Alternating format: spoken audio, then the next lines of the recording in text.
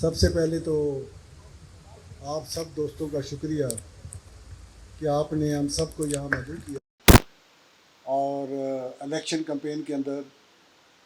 Industrial area جو ہمیشہ ایک کلیدی کردار ادا کرتا ہے، اور آپ کے اندر جو ایک یونٹی ہے، اور جس طریقے سے یہ یونٹی جو ہے، اس سے صرف انڈسٹریل ایریا کو فائدہ نہیں ہوتا،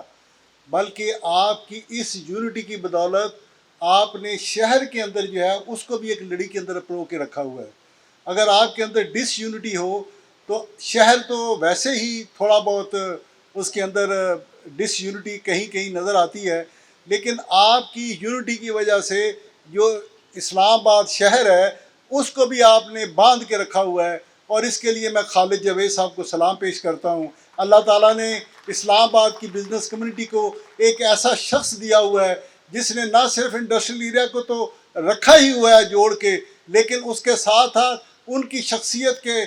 طلسم میں اور ان کی شخصیت کے تاثر میں اور ان کی شخصیت کے جادو کی وجہ سے، ابھی میں یہاں بیٹھا ہوا خالد اپنا زبیر ملک صاحب سے بات کر رہا تھا کہ خالد جاوید صاحب جو ہے نا وہ ہر بات میں مشاورت کرتے ہیں۔ انہوں نے اگر اجمل بلوچ صاحب سے بھی اسپیچ کرانی تھی تو انہوں نے مشاورت کی ہے۔ میں نے زبیر ملک صاحب سے کہا اگر ان کی جگہ پر میں ہوتا تو میں اجمل بلوچ کو خود ہی بلا لیتا، لیکن یہ فرق ہے خالد جاوید صاحب میں، وہ جو کام کرتے ہیں دوستوں سے، ساتھیوں سے مشاورت کے ساتھ کرتے ہیں، اور یہی وجہ ہے کہ یہ اسلام آباد چیمبر جو ہے یہ انشاءاللہ تعالی اللہ تعالیٰ کے فضل و کرم سے آگے بڑھ رہا ہے، اور انشاءاللہ تعالی یہ بڑھتا رہے گا۔ میں آپ کو یہ ایک بات ضرور کہنا چاہتا ہوں کہ احسن بختیوری میرا کماؤ پتر ہے۔ یہ جس سسٹم کو، جس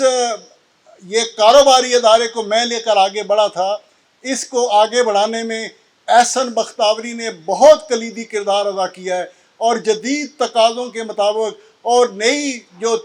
ٹیکنالوجی تھی اس کے مطابق اس نے بزنس کو آگے بڑھایا ہے۔ میں آپ کو بتانا چاہتا ہوں کہ احسن بختیوری کے اسلام آباد چیمبر آف کامرس کا صدر بننے سے ہمارے کاروباری ادارے کو بے پناہ نقصان ہوگا، ہمیں بہت بڑا لاس ہوگا۔ آج ہی مجھے ایک شخص آیا میرے پاس میں، مجھے کہنے لگا کہ آپ نے تو اپنے کماؤ پتر کو وہاں چیمبر میں بھیج رہے ہیں تو کاروبار کو کون دیکھے گا؟ تو میں نے کہا یار اور کیا ہوگا، میں خود ہی بیٹھ جاؤں گا کاروبار پہ۔ میں پہلے آزاد ہو گیا تھا، ایک سال میں پھر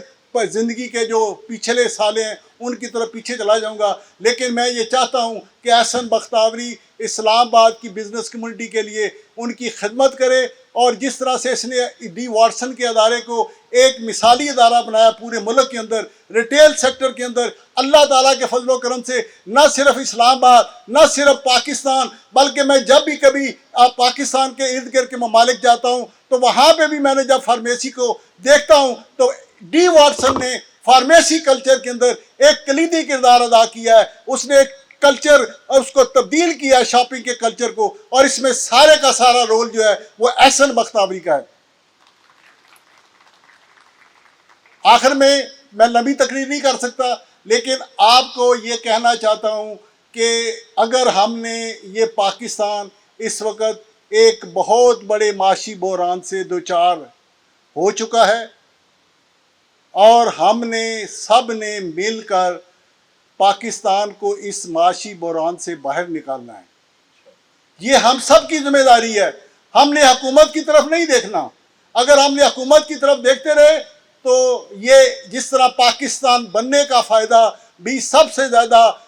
پاکستان کی جو تاجر بزنس کمیونٹی ہے، صنعت کار ہیں، ان کو فائدہ ہوا ہے، اور اسی طرح سے اگر پاکستان کو کوئی نقصان پہنچتا ہے، کوئی معاشی بحران ہوتا ہے تو اس کا بھی سب سے بڑا نقصان جو ہے وہ پاکستان کی بزنس کمیونٹی ہوگا۔ تو یہ ہماری ذمہ داری ہے کہ ہم اس خطرے کو بھانپیں، ہم سب اس کو سمجھتے ہیں، اور اس کا سب سے بڑا جو ایسے بھی احسن بختیوری کیا کر گیا ہے کہ ہمیں امپورٹس پر اپنی ریلائنس کو کم کرنا ہوگا، اپنی ایکسپورٹ کو بڑھانا ہوگا۔ میں تو اکثر یہ باتیں کہتا رہتا ہوں، کئی دفعہ یہ کہا بھی ہے کہ اس ملک کے اندر ایک ایکسپورٹ کی جو ہے نا جو علم ہے، جو نالج ہے، یہ عام کیا جائے۔ 10ویں جماعت میں جب بچہ پڑھ رہا ہوتا ہے تو اس کے ہم مختلف قسم کے مضامین، مختلف مشاہیر کے بارے میں، تاریخی مضامین، اور کئی قسم کے مادے نصاب میں شامل کرتے ہیں. ہمیں 10ویں جماعت کے طالب علم کو ایک ایکسپورٹ کے اوپر ایک سبجیکٹ شامل کرنا چاہیے اور اس کی برین جو ہے نا ذہن سازی کرنی چاہیے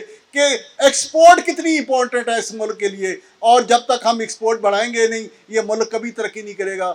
آخر میں جاتے ہوئے میں آپ کو یہ کہنا چاہتا ہوں کہ 3 ایسے سیکٹر ہیں جن کے اندر اگر ہم منصوبہ بندی کریں اور تیزی سے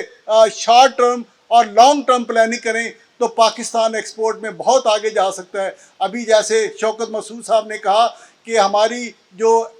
آئی ٹی کی ایکسپورٹ ہے وہ 2.6 بلین ہو چکی ہے. انڈیا دیکھیے اس کی ایکسپورٹ آئی ٹی کے اندر $200 بلین سے زیادہ ہے. اگر ہم اس میں تھوڑی بہت سرمایہ کاری کریں, حکومت دلچسپی لے اور ہمارے صنعت کار بھی اس کے اندر دلچسپی لیں تو اس کے اندر ایک ایسا ویکیوم ہے, بہت بڑا ایریا ہے جس کے اندر ہم ایکسپورٹ بڑھا سکتے ہیں. اور دوسرا بڑا سیکٹر جو ہے وہ فارماسوٹیکل کمپنیز ہیں. میں آپ کو یہ بتانا چاہتا ہوں کہ آج جو دنیا کے اندر ترقی یافتہ ملک ہیں ان کو ایک ترقی یافتہ ملک میں ایک ڈیولپ ملک بنانے میں جو سب سے بڑا کردار ہے وہ ان کی فارماسوٹیکل انڈسٹری کا ہے. ابھی اگر ہم اس کے اوپر توجہ دیں, پاکستان کی فارما انڈسٹری کو ایکسپورٹ اورینٹڈ بنائیں, حکومت فیسیلیٹیٹ کرے, ہماری ایمبیسیز فیسیلیٹیٹ کریں اور صرف ان ایمبیسڈر کی ترقی کی جائے, صرف ان سفارتکاروں کو ترقی دی جائے جو اپنے جہاں ان کی تعیناتی ہو اگر وہ اس میں ایکسپورٹ میں اضافہ کرتے ہیں تو صرف انہی کا ترقی دی جائے.